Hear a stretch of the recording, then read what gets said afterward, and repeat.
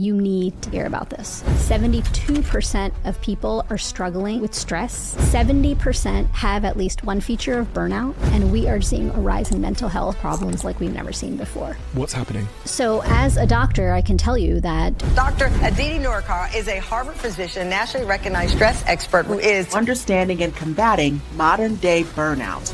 when I was a medical student working 80 hours a week, I was in my own stress struggle. And it was terrifying, but I couldn't find a doctor who could help. So I became the doctor I needed. I uncovered all of these studies and found a solution that wasn't just try to relax. We are seeing increased rates of depression, sleep disorders, fatigue, or burnout because stress is higher than ever. Studies have shown at least 60 to 80% of patient visits have a stress-related component. Jesus. It's crazy. And 60% of people with burnout had an inability to disconnect from work. And being addicted to work and can't shut off, can checking your phone 2,600 times a day. Yes. That is a statistic. So you might be experiencing atypical burnout. Even 2/3 of parents have burnout. That's crazy. And yet, even though we are all collectively experiencing it, it's so isolating. That now 330 million people go 2 weeks before speaking with anyone. So what can we do? Well, these are the 5 resets that are going to help you survive and thrive. The first technique is... Quick one. This is really, really fascinating to me. On the back end of our YouTube channel, it says that 69.9% of you that watch this channel frequently over the lifetime of this channel haven't yet hit the subscribe button. I just wanted to ask you a favor. It helps this channel so much if you choose to just subscribe. Helps us scale the guests, helps us scale the production, and it makes this show bigger. So if I could ask you for one favor, if you've watched this show before and you've enjoyed it and you like this episode that you're currently watching, could you please hit the subscribe button? Thank you so much, and I will repay that gesture by making sure that everything we do here gets better and better and better and better. That is a promise I'm willing to make you. Do we have a deal?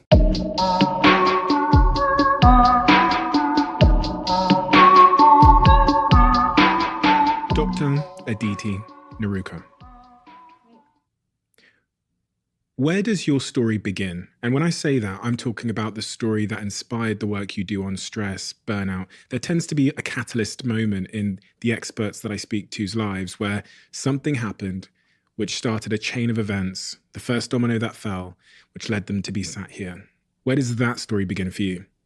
My origin story as a doctor with an expertise on stress started as a stressed patient who couldn't find a doctor with an expertise in stress. And I became the doctor I needed at a time when I was in my own stress struggle. What is the backdrop? What is the situation of stress, the state of stress in the world at the moment? Are we getting more stressed as a people? We are seeing unprecedented levels of stress in the world. It is affecting every single industry, and no country or group, including, all ages, all industries, all races. It is the great equalizer. More now than ever. So as a physician and clinician, those of us who work in the medical field, stress has always been a major problem. We see it with our patients. But now, if there is one silver lining from the recent several years, is that now mental health, stress, burnout, the lexicon has grown, and it is something that people are talking about finally in the C-suite, in other areas where before it was, there was so much taboo. There still is, but it is finally getting the recognition it deserves. And stress right now is higher at greater rates than ever. What are those rates? So typically 70% of people have at least one feature of burnout. 72% of people are struggling with stress. And approximately that same number have said that the past several years have been the most stressful of their entire professional careers. What's happening? A couple of things are happening. So going back to my own personal stress story, why did I have those palpitations? At night, as I was going to bed, I was developing something called a delayed stress reaction. And what happens is, under periods of acute stress, like the recent events that we've all endured collectively as a global whole, during acute periods of stress, we shore up our internal reserves. As a human being, you often do not crack in that moment. You keep it together at all costs. I've seen this with my cancer patients. They have a cancer diagnosis and they go through the treatment, radiation, chemotherapy, all of it, and they are fine. They do not shed a tear. Then when they get that first clean bill of health from their doctors, they are in my office sobbing. And everyone is confused. Why now? What's going on now? Same thing with all of us. You may be feeling this way. I may be too. Right now, it's that feeling of like, okay, we've just lived through the pandemic. We should be celebrating. I'm sure you've seen every headline over the past several years, at least I did. The roaring 20s are coming, the post-pandemic era. The Guardian had a great piece on this. And I remember seeing headline upon headline, and I would just laugh because I would think that is not how the brain works. The reason we are all feeling very much not the roaring 20s is because our brains are built like dams. So what happens is when you are going through a period of stress, you shore up your internal reserves and you keep it together at all costs. That is just how the brain is built. When that acute period of stress is over, so in a cancer patient, the actual cancer treatment, for me as a medical resident going through, the difficult 30-hour work shift and going to bed, and for all of us collectively going through the pandemic experience and the various things that have happened since, we keep it together. But when we have that moment of respite, when that acute stressor is over, then our psychological defenses come down and our true emotions can emerge. And it's often a deluge. And it comes out in different ways. The manifestations of stress are different. But it's this delayed stress response. We are all feeling it, which is why none of us feel like it's the roaring 20s.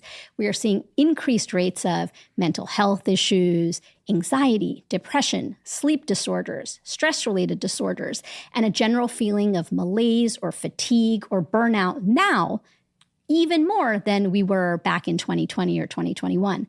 It's the delayed stress reaction. What is stress? We should probably define that word. And I'd also like to try and define it against the word burnout. Are they different things? Are they the same thing? Do either of them exist? Great question. There is a difference between acute stress and chronic stress. Under normal circumstances, we function in resilient mode, and we're governed by the prefrontal cortex. The prefrontal cortex is the part of our brain, if you put your hand here, right behind the forehead. And it is the part of your brain that is responsible for, in scientific terms, we call it general executive function, or, layman's terms, adulting. God, mine's huge. Behind the skull. Okay. Memory, planning, organization. This is what our strategic thinking. You're really good at these things, Stephen. Thank you so much. The prefrontal cortex is what governs all of that. Under stress, we are governed not by the prefrontal cortex, but by the amygdala. And the amygdala is a tiny almond-shaped structure deep in our brains. You can't touch it. It's not like the prefrontal cortex right behind here. It's like between your ears, deep down. And that is our emotional center. It's the limbic system. And we often call it the reptilian brain because that part of our brain has not evolved the way other parts of our brain have. So it's that, and the response that amygdala creates is the fight or flight response, that stress response in our bodies. So under acute stress, we are not governed by the prefrontal cortex up here. We are governed by our amygdala. Our brains and our bodies are expertly designed to manage acute stress. We are built for managing stress. However, nowadays, so for example, let's talk a little bit about the fight or flight response that the amygdala governs, right? Back when we were all cave people, we were in the forest, we saw a tiger. You would either flee or fight. And there's all of these bodily mechanisms that happen when you are engaged in the fight or flight response. Your heart beats faster. Your lungs start taking in more oxygen. Blood is shunted away from your vital organs and it goes to your muscles. So you can either fight or you can run. Your pupils dilate. There's so many biological, physiological mechanisms that happen with the fight or flight response. Then when that acute threat is over, so you either have fought or you have flown away from the tiger, you have a moment to recalibrate. Modern day times, there are no acute threats anymore. All of our tigers are chronic. Bills, financial troubles, marital conflicts or relationship problems, health issues. So there's this constant low hum of that fight or flight response in the distance. And that is the problem. So acute stress, we are good at. Our brains and bodies are great at managing. And it Chronic serves a role, right? Of course it serves a role. It's evolutionarily healthy. And we can talk about the differences between healthy stress and unhealthy stress. But when it starts becoming chronic, that is when burnout sets in. Your brain doesn't get time to rest or recharge. It's not like a tiger in the forest where you fight, flee, and then there's like a respite time. So it's just ongoing in the background at a low hum at all times. What are the symptoms of burnout then? How do I know if I'm burnt out? The interesting thing about burnout is that the definition is changing. So earlier, when you think about burnout, you know what someone with burnout has, or you might yourself might think like, oh, I know what burnout is. I don't have it. That's a lot of people feel this way. Classic, typical symptoms of burnout: apathy, lethargy, feeling unproductive, not very motivated. And the WHO in 2019 designated burnout as an occupational phenomenon and a clinical syndrome, which was really validating for many people who are feeling that way. This is 2019, way before the pandemic. In 2020, 2021, and 2022, what burnout is looking like has changed. So it is no longer these classic, typical symptoms. Now we are seeing increasingly atypical features of burnout. In one study, 60% of people with burnout had an inability to disconnect from work as their main feature of burnout. So it's not what you think when you're thinking about the face of burnout of someone who's really not interested in work. You could be that person who is engaged in work and can't shut off, and you're thinking to yourself, this can't be burnout. I'm totally, engaged in work. In fact, I can't shut off my brain. You might be experiencing atypical burnout. Atypical burnout. Because when I think of burnout, I think of like not getting out of bed and losing motivation. But you're telling me that my addiction to work might be a symptom and a sign of being burnt out. That's right. So how do I know? Because I'm addicted to my work. I love my work. You know when it is different from your baseline. Being addicted to work, you love your work, yes, but you also make time for sleep, relationships and connections with loved ones. Yeah. You feel a sense of engagement in the world. It is not interfering with your day-to-day life, so to speak. Okay. So when you are feeling that sense of inability to unplug, that means you're checking your phone multiple times per night because you feel like you have to keep up. You are trying to keep up in the hamster wheel situation where you just can't. And so there are many manifestations of this atypical burnout, but that is one. And so often what's happening now is that people are feeling burnt out. Again, unprecedented rise, right? In stress, chronic stress, and burnout. And often people don't recognize that it's happening to them simply because the face and definition of burnout is changing. How many people are burnt out? Do they know? Have they done any studies on that to figure out what that number is? We don't know. I mean, it depends on the sector. So there are lots of studies on burnout. And so one big study was done on parental burnout and found that 2/3 of parents have burnout. 2/3? Jesus, 66%. 2/3. Yeah. And that is probably underestimated and certainly underreported. So typically we're seeing anywhere rates from 60 to 70% of people note burnout. But again, think about, if based on what we've talked about, if you are feeling like I'm not burnt out. So if you're self-reporting burnout and you're saying, I don't really feel burnt out, I'm very engaged in my work. In fact, I check my email 10 times a night. You could actually be having burnout. There's also a lot of stigma and shame around burnout. So people don't want to come forward and say, hey, I might be stressed or I might have burnout. If I have that atypical burnout, why does it matter? It matters because your brain and your body deserve a rest. And to function optimally, you need to have spaciousness. You need, to function optimally, you need to have rest. And when you feel that sense of burnout, you are not thriving. What if I don't feel it? What if I'm one of those people that you just said that's, checking my emails 15 times a night? I seem to be successful in my work. I'm kind of out of balance in my life. I don't really have anything else going on in my life. I'm just work. But I don't necessarily feel like there's anything wrong. So if I don't feel like there's anything wrong, if I'm successful in my work, then what is the case for making a change? So I've had lots of patients. I had a clinical practice in Boston. Yeah. And what you're describing is the, young entrepreneur. So many patients who are young entrepreneurs. And the question I would always ask them is, what's your end game? So is it a sprint or a marathon? Are you looking to do this for 2 years and you love it and then that's it? You're going to cash out? Or do you want to think about what your life is going to look like 10, 20, 30 years from now? And so they would think about it, ponder, and then say, yeah, I want to spend time. My end game is that I want to lead a great life and I want to live until I'm 75 or until I'm 100. And so if you are on this fast track that you're describing, burnout is not conducive with this idea of longevity and having that long life. That's what I was thinking. I was thinking of case studies that I know of people that I think probably check their email 15 times a night and are like that. And those that are out of balance, I think, as you say, you can do that intensity, but you can't do it consistently. Like, it's possible to be that intense, but it's not sustainable. And it doesn't allow you to achieve the other things that life can offer you that will make you happy. There's no way of being like that and having like a healthy relationship with your family, building a family, staying in shape and all those other things. And that for me is the really clear cost to that is you just play it out, zoom out on your life. In 10 years' time, something's going to be broken. Something's got to give. We don't have, I think that's a good segue into this idea of toxic resilience. It's like we don't all have, human beings, we don't have an unlimited amount of bandwidth. There is a discrete amount of bandwidth that we all have, mental and physical. And so if you are not getting the proper rest that you need and you're not sleeping as much as your body and brain need, and it's not about you as in personal, I don't need sleep, I only need 4 hours. I've also had many patients who've said that to me.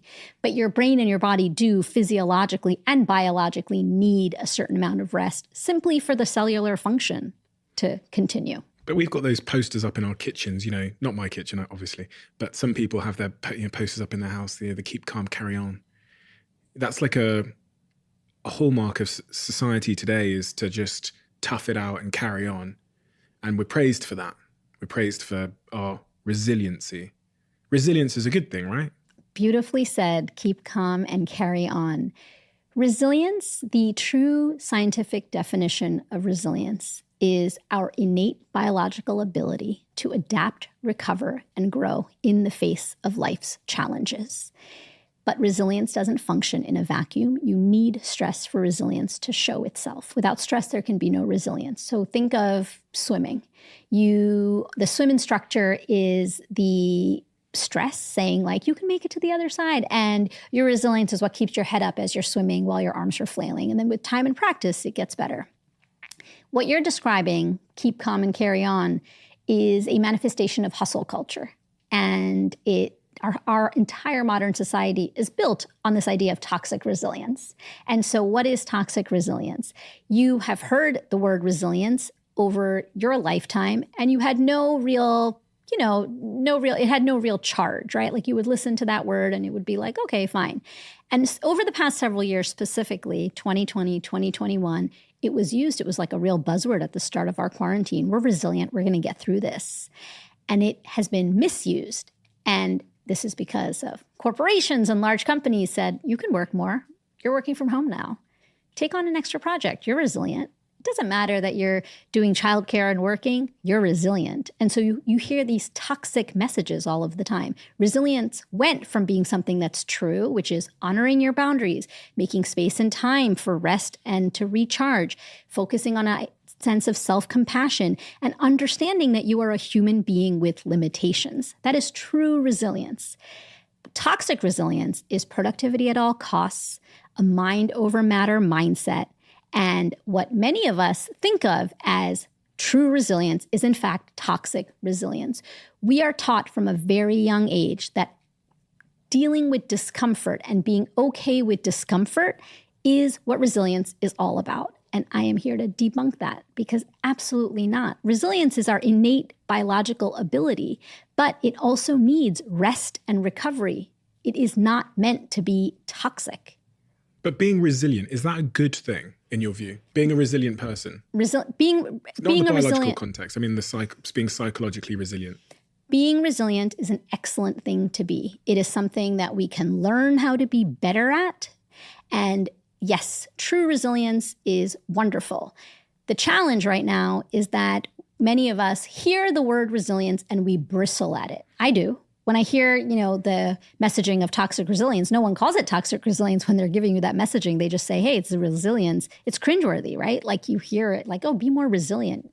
And so, yes, true resilience is a gift. It is our innate biological ability. We all have the power and the aptitude for true resilience. But toxic resilience is what we often see and what is often promoted. And that is something that needs to stop.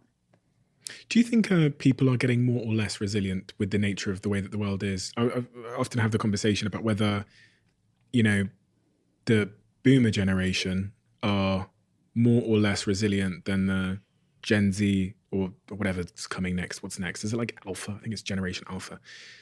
These new generations. And the stereotypical argument is that because the boomer generation were working in factories and mines and they were doing harder labor and they had less comparison because they didn't have social media and they didn't see, their mate down the road having a choco-froco latte yata during their lunch break and doing yoga sessions, whatever, then they are more resilient. And the Gen Zs, they've got it easy. They're all doing breath work and yoga for 6 hours a day. Is that true? I would say no, because we know that with Gen Z and other younger populations, we're seeing a rise in mental health, burnout, stress like we've never seen before. And I don't think it's because they're quote unquote less resilient. They are managing lots and lots of onslaughts. They've lived through something really awful. They've had a sense of collective trauma. Their minds are still young. They haven't had that lived experience of, decades of going through stuff. So no, I don't think so. And of course, the older generation is going to say that. I remember when I was in my medical training, people would say, 80 hours, it's all you're working? Because we worked 120 hours because there was some reform in terms of like how many hours we could work as medical residents. And 80 hours felt awful to me.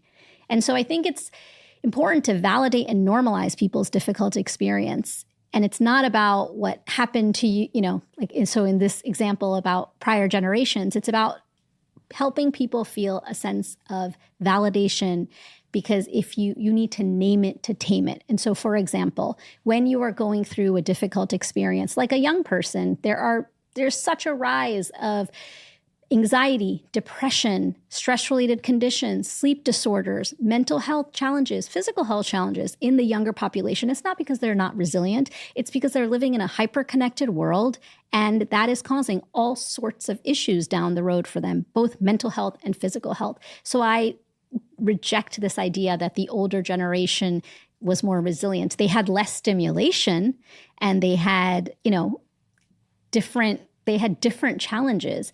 But I think it's important to normalize and validate the difficult experience that people are having. I want to go through your book now, which is called The 5 Resets, which is released January 2024. Very exciting. Which really aims to take on how we deal with stress, how we manage stress. There's sort of shades of neuroplasticity and how we can change our responses to stress. But I guess this first question about the canary in the coal mine, why did you write about that? What's that got to do with stress? It has everything to do with stress, because stress is something that is so individualized. And that's something that we were talking about earlier, right? Like some people who feel a sense of stress have physical manifestations. Like I had palpitations, you had palpitations, someone else might have headaches, neck pain, shoulder pain, back pain, GI upset, gastrointestinal issues, dizziness, fatigue, sleep problems, irritability, anger. The list goes on and on. It's like never-ending list. And the canary in the coal mine is my way of, personally, it's my way of really explaining this idea of the physical manifestations of stress. So my canary in the coal mine was palpitations. What is that phrase? I've never heard the phrase, the canary in the coal mine. Well, I've heard the phrase before, but I've just kind of been one of those people that pretends they know what it means. The canary in the coal mine is a historical reference. Back when there were coal miners, they would bring a canary, a bird, down into the mines with them. The bird would sing its canary song. When the air got bad, the workers were just working, right? Like 12-hour days and continued to work. When the air got bad, the canary would stop singing. They were in their mode. They didn't understand, they weren't paying attention. And when the canary stopped singing, that was the first tell that the air is bad, before any physical or mental health ramifications for the workers. And so the coal miners, when they stopped hearing the canary song, they would leave the mine with the canary, and it was the first tell of something going awry. And so everyone has a canary within them that tells them a signal, a song that is telling them that there is something happening with their stress. I didn't pay attention to it. It took the palpitations to occur every single night for 2 weeks before I sat up and took notice. All of the physical manifestations of stress that I've mentioned, of course, you need to see a doctor like you and I did, got the full workup and been told stress is often what we call a diagnosis of exclusion, meaning you rule out any organic problems and then you say, okay, this is because of stress. So seeing your doctor and getting that full workup is important. I have to say that as a medical professional because I believe in the medical system and I'm part of the medical system. And so the canary in the coal mine is this idea that we all have a song, a stress song, and our body is trying to tell us something. And understanding that canary symptom for you, it takes a little time to dig through, but once you kind of figure it out, then you can use that. We all have our Achilles heel of something that is the tell. So if you have a medical condition like, say, peptic ulcer disease, that's easy to understand. You feel like, oh, I have stomach pain. And so I can't eat certain foods and I need to take care of myself and there'll be a flare and then you manage that symptom and it goes away. And you know what that tell is of peptic ulcer disease, stomach pain. But for stress, often things are happening to your body and you're not even aware of what that physical manifestation is. That's not to say that it's, your headaches are caused by stress, but they're certainly worsened by stress. So when you have a certain symptom happening to your body, understanding that, hey, that could be my canary song. I think everybody intuitively knows what their canary is. I think everybody knows what theirs is. I've got a bunch of different ones. Whenever I'm stressed, and I don't even know when I'm stressed, but I don't know why, but I don't know consciously that I'm stressed, but certain things start to happen. I have this really weird one where on my tongue, I'll get a little bit of not like an ulcer. It kind of feels like I've got a spot on my tongue. I get that whenever I'm stressed. My skin gets worse. So I get like spots on my face when I'm stressed. There's a few of them. I'll get a cold pretty much exclusively when I'm stressed, which happens about once every 6 months or so. I think generally I manage stress well, but I'm not immune. I once upon a time thought I was immune. I thought stress and all these other things and mental health all happened to other people. Turns out it happens to me too. That's right. And I think I really pushed myself for a good 5, 6, 7, 10 years. I was the CEO of a company that had hundreds and hundreds and hundreds of employees. And I was 25, 23, 24, 25, 26, 27. So I pushed myself very hard. And I think for the first couple of years, I withstood it. But then as time went on, I was not able to outrun the inevitable. And that's that resilience myth, that resilient people don't get burned out. It can't be me. Of course I'm not stressed. Someone like me couldn't even fathom being stressed. And I have seen thousands of people who have said that very thing. I said the exact same thing during my stress struggle. Stress doesn't happen to people like me.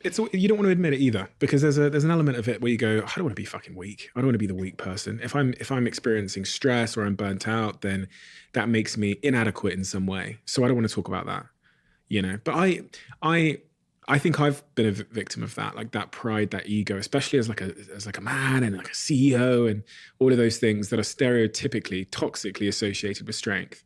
I've never wanted to admit that I was stressed, ever. I don't think I've ever actually said the word to anybody, but I've definitely been stressed. And I know because my body told me, and it tells me in a very predictable way.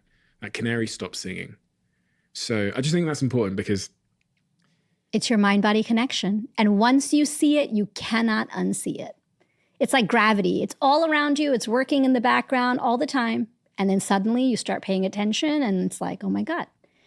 And on that point of it feeling like evidence of your inadequacy, it's actually evidence that you're a human, that you're perfectly normal, that you're not broken, versus this idea that it's evidence that you're broken. Beautifully said. Thank you. Really, just Have you listened to this podcast before? I'm joking. I am I'm joking. For the record, testing, 1, 2, 3. I am a avid fan of this podcast and I have listened countless times. And this is the one podcast I regularly listen to on my morning walks. And I have shared on Instagram probably hundreds of lessons in my stories about what I've learned on this podcast. So, stress on the brain. You write about that in your book as well. I know that stress causes cortisol. This is my very limited understanding of stress. It causes cortisol. Talk me through that. And then I have this other question that I wanted to ask you about the contagion of stress. If I am stressed and Jack is sat over there, will Jack feel my stress?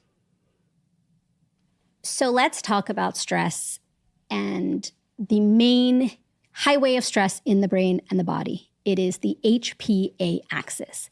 H stands for hypothalamus, P stands for pituitary gland, A stands for the adrenal glands. The hypothalamic pituitary adrenal axis, mouthful.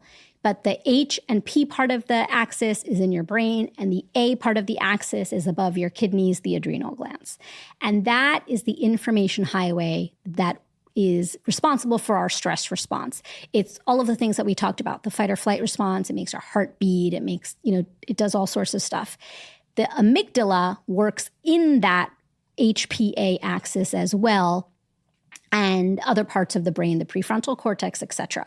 So when you have that experience of stress, and this we're talking about acute stress, this is what is happening to you. Your brain and your body are syncing up and reacting. There's a cascade of hormones that happens in the body, and that is what you feel as, wow, I'm stressed. Or like you describe, this discomfort or familiar feeling of like, wait a second, I know what this is. It's that thing that I have when I'm under pressure or under situations that are tense.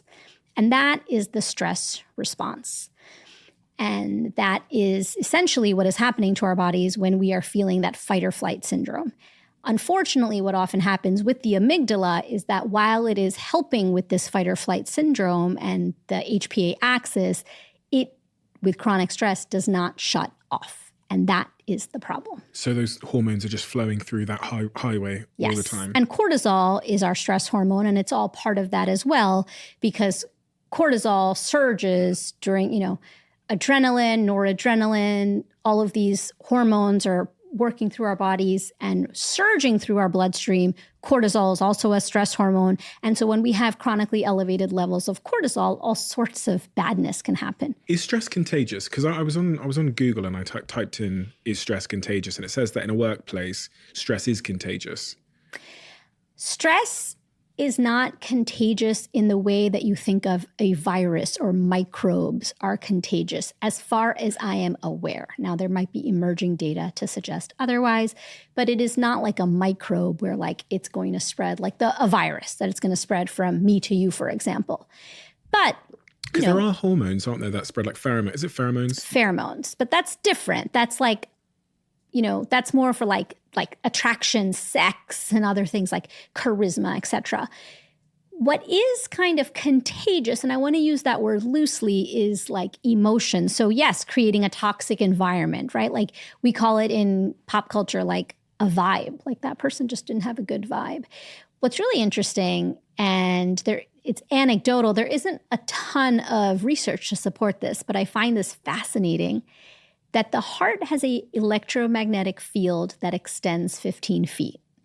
That's something that one of my early mentors had told me. And so that is that vibe that you sense from people. Like you feel that goodness, right? Like when you meet someone that you just really like their heart, it's like heart expansiveness. So and then other people. We're 5 feet away from each other. So your heart, its electromagnetic field is overlapping with my heart's electromagnetic field right now. So they say. Now, I've heard this in lots of people say this, but I have also dug deep into the science of like, does this even exist? Is this even a real thing? And I'm not sure if it's a real thing because I haven't found like multiple scientific studies that show robust data that yes, this is a real thing. But it is a fascinating thing to think about as a mind exercise, not so much from the scientific perspective, but like from a human lived experience perspective of, and I try to think about that when I enter a room, certainly when I'm with a patient. We call it the therapeutic presence or the therapeutic encounter. And it's this idea that when you are with a patient, or right now I'm talking to you and I am the doctor talking to you, right? Not your doctor, of course, but it's this idea that you have that you can have a therapeutic experience. I try to engage in the therapeutic encounter at every talk, anytime I'm speaking to an audience.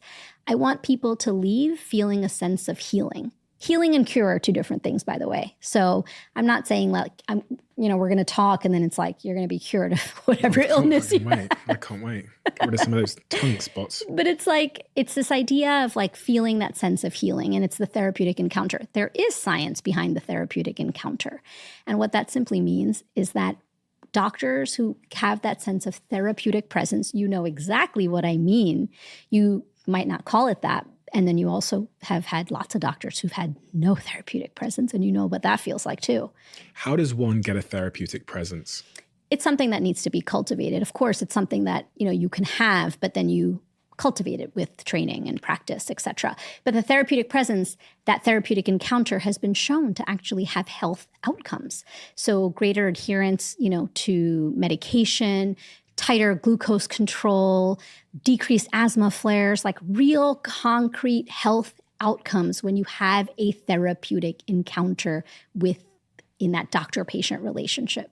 So there is some magic secret sauce happening in that encounter. And what is it? How do I cultivate it? Are there any tricks? Any tips, tricks? Is there like a body language thing? Maybe, I don't know. Yes. So as a doctor, I can tell you that there is lots of studies. There are lots of studies which show that it's not really the amount of time you spend with someone, it's your body. And so, for example, they've done studies on doctors who stand for, let's say, 7 minutes and talk to the patient versus a doctor who sits down, makes eye contact, and is at the same level or a lower level than the patient. The patient has a perceived sense that this doctor cares more and is more engaged and has a therapeutic presence. No difference in time. I think that's the great myth that people say, I need to spend more time to create a therapeutic presence. It's not about the time spent. It's about how you are spending the time and the quality of time. So that's like one trick that you could try. Eye level. You mentioned eye level there. Being at the same eye level or lower, because it's a power dynamic. Think about when you're seeing, if you were in the hospital and you were lying in a hospital bed and your doctor came in and you're lying there and the doctor is speaking above you. Does that feel therapeutic in any way? Not really. But if the doctor came, pulled up a chair, sat next to you and looked at you eye level, that's why when you're talking to a child, it's better to bend down and get on their level and talk to them. And if I'm in a meeting and my chair's maybe a little bit higher and I'm speaking to a client and I want the client to do a deal with me, it's best for me to get down onto their eye level. It depends, because in that situation, again, this is like what you were talking about earlier. Like there's times when you want to show a sense of like power, and therapeutic presence is not a sense of power, right? It's a sense of equality, compassion, empathy. Are these the qualities that you're trying to create in a business interaction? I don't know, maybe. Well, one of the maybe things not. We've learned from, I've been making content for about 10, 15 years now, for a long time, making lots of videos. One of the things we've learned is that the engagement goes significantly up if you are on the eye line of the camera. So you'll notice in the Diary of a CEO, we don't shoot from above, we don't shoot from below. We go to great lengths to make sure that the camera is on eye line. And we just see that the engagement numbers are higher. And actually, the more down the barrel it is, especially if I'm looking into this camera here, the more down the barrel and the more on eye line I am, the better the engagement with the video. We've just seen that over thousands and thousands of videos we've made. So that's why the podcast is set up like this, where we're on your eye line and we're on down the barrel as much as we possibly can be without you seeing too much of the back of my head there. And the same applies for this one. Because it just makes, for some reason, the engagement with the audience is better. We see it in the numbers. It's interesting. There's so many tricks that you could use. I mean, like sitting down, eye level is one.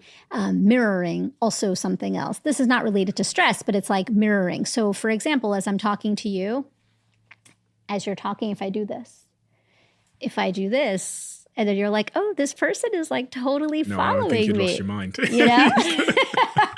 But it's like, if I start doing this, you just did this, and so I did that. So there's like mirroring is something that there's lots of ways to try that. But it has to feel supported by science. Yes. The key is authenticity, though, right? Like you can do all of these things, but ultimately authenticity and the really fascinating thing about podcasting, by the way, and any sort of connection with another human being is the voice. So we as children, as infants, we are highly attuned to voice. It's one of our first primal instincts, right? Like hearing our mother's voice or our caregiver's voice or our parents' voice. And our BS meter with voice is high. So if someone isn't authentic, and that is why the audio version, like, so listening to a podcast, the reason, like, you can always suss out, like, who is, for example, I don't know, like, who's telling the truth and who's not. And it's not like something that you can explain. You're like, oh, I don't really like this person, or I really like this person. It's because they lead with authenticity, vulnerability, all of these things that, the likability factor is high. It's because our brains are primed to recognize and register the human voice in a way that's very different from the physical. So yes, we see someone and you get the whole picture, yes. But when you hear them in your ear, there's like something that is deeply intimate about that experience, and that, evolutionarily and even like in our own life, it's very poignant. And it's an intuitive thing. We don't necessarily know what it is about a voice that's authentic. It's just a feeling. You feel it, and it, because when you hear someone on a podcast, you immediately are like, oh, yeah, I like this. And you don't know why you like it, or, you feel that connection. It's like the voice is a very primitive thing. And it's also like, it was because we formed those connections and synapses in our brain pre-verbal, right? Like when we were infants. Same thing with smell. You smell something and it takes you right back to that moment. I was so fascinated. I remember where I was when someone told me about pheromones, that there's these chemicals that like leave our bodies, and then my chemicals will interfere with your chemicals. I just thought that was absolute witchcraft. And I'm a very like logical science-based person, so I need science and evidence to believe anything. And then when I heard this rumor that, like, if you put my mother and my sister in the same house, their menstrual cycles would sync up. That's right. I Googled it to check if it was true. Google told me it was true. And then I thought, fuck, I now believe in witchcraft. Do you know what I mean? Like, have you read the book, possible, The Red Tent? I mean, it's like very much along those lines of like biblical times. They had a red tent for women, menstruating women. And then it would just like the whole tribe would like sync up and they'd be in the red tent during menstruating times. They've done studies with T-shirts and attractiveness. So you will smell a T-shirt that, they've done studies with women, and men have worn the T-shirts, and then you smell the T-shirt and you say like, I like this scent or I don't. And it's not body odor, it's pheromones. And they've matched it with like the pheromones that you like, and then you see the visual and there's a match. Like this person is attractive, and then you smell the pheromone and there's like a match. It's that person's pheromones. Often they say like you described your mother and your sister, for example. They say that like genetically, the more different, the more attractive, right? Because we're always trying to. Oh. So of course, there's like a comfort thing of like, your mother, and like that's different because pheromones are mostly for attractiveness and mating behavior. So it's not about comfort. I guess there might be some studies about comfort and maternal comfort and self-soothing or soothing with your parent or caregiver, but most of the pheromone research that I am aware of is like sexuality, attractiveness, charisma, but mostly due to mating behavior. So going back to this subject of stress, I get stress now. I kind of understand the difference between acute stress and sort of chronic stress, which is a very bad thing. In your book, you talk about the resilience rule of 2. Yes. The resilience rule of 2 is how our brains make change possible. So when we are undergoing a change, even a positive change in our life, like let's say, I've had a patient who came to see me and had a binder filled of things that he was trying. And it was like everything but the kitchen sink approach. And so he came to see me and was like, Doc, I've been doing a great job. It's been a month and now I'm in month 2 and I don't want to do any of it. And I'm done. And he was under a lot of stress and he was trying all sorts of things. We've all been there. We've tried lots of different things. And then you just say, okay, I'm done. Can't do any of it. Why? Our brains, even when we're making positive changes, like let's say you recognize like, yeah, I think stress is a problem in my life. I'm going to make a change. I'm going to start eating better and I'm going to start exercising and sleeping better. And I'm going to spend time with friends and I'm going to do less work. And I'm going to do all of these things to help my life and, make a big lifestyle overhaul. And I'm really stressed. It will not last because our brains have the ability to make 2 new changes at a time, because even positive change, like all of these things that we're describing right now, are a stressor to your brain. How do we know that? How do we know we can only make 2 changes at once? The basis of the rule of 2 is based on a seminal landmark study in the 1960s by 2 psychiatrists, Drs. Holmes and Rahe. They looked at 5,000 people and looked at 43 common conditions, like life events that happen in people's lives, the most common ones: graduation, getting a new job, buying your first home, a outstanding personal achievement, getting married, having a child, getting a divorce, death of a loved one, 43 of the most common conditions. And when in every single condition, good and bad, got a score. They studied 5,000 people and found that the more life events someone accrued, and it's not about like age or, chronology of age, it's just the more life events a person accrued, the greater their stress, the greater the likelihood also that they would develop an illness later in life. And that Holmes and Rahe study is the basis of this rule of 2, because what they discovered is that positive life changes are also a stress to your brain and your body.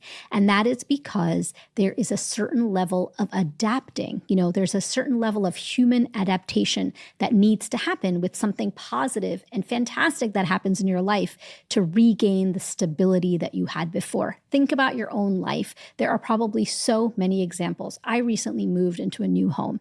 Everyone was like, congratulations, this is amazing, a new home. And it was wonderful for a few months, and then also incredibly stressful. And then, of course, I had the delayed stress reaction 3 months later, right? Like where you're running on adrenaline initially and everything is great. And then that stops. And then you're, having sleepless nights about all the various stressors. So the rule of 2 is based on this idea that positive life events, things that you think might be really helpful to you to manage your stress, if you do them all at once, chances are it's not going to stick. So instead, aim to do 2 new things at a time, build them into your life over time. In the 5 resets, I offer 5 mindset shifts, 15 science-backed strategies, and every step of the way, it's about 2 small changes at a time. You work with your biology of stress rather than against it and competing against it. That is how you make change possible. In clinical practice, when I was a medical resident learning how to take care of patients, my mentors would do the same thing. So this is 50 years later after that study. They taught me that when I'm seeing a patient will come in with a laundry list of symptoms, or they will have 6, 7, 8 medical conditions. You always focus on 2 things. Because if you say to the patient, I really think you should stop smoking, here's some suggestions. Let's work on your weight and get your weight better. Let's work on your cholesterol. How about your blood pressure? How about minimizing chances of cancer? Too overwhelming for the brain to sustain. Instead, let's focus on getting you to stop smoking, and let's focus on lowering your cholesterol. These are 2 tangible things that you can work on. It takes about 8 weeks to build a habit. Once you are engaged and that has become a habit for you, then you add 2 new things. Let 8 weeks go by, then 2 new things. So over time, you do address that laundry list of symptoms, or in this patient's case, all 8 medical diagnoses. In the other patient's case who came in with everything but the kitchen sink approach to managing his stress, we eventually did get all the way to the finish line of fixing his stress and addressing all of the issues, but it only happens 2 small incremental steps at a time.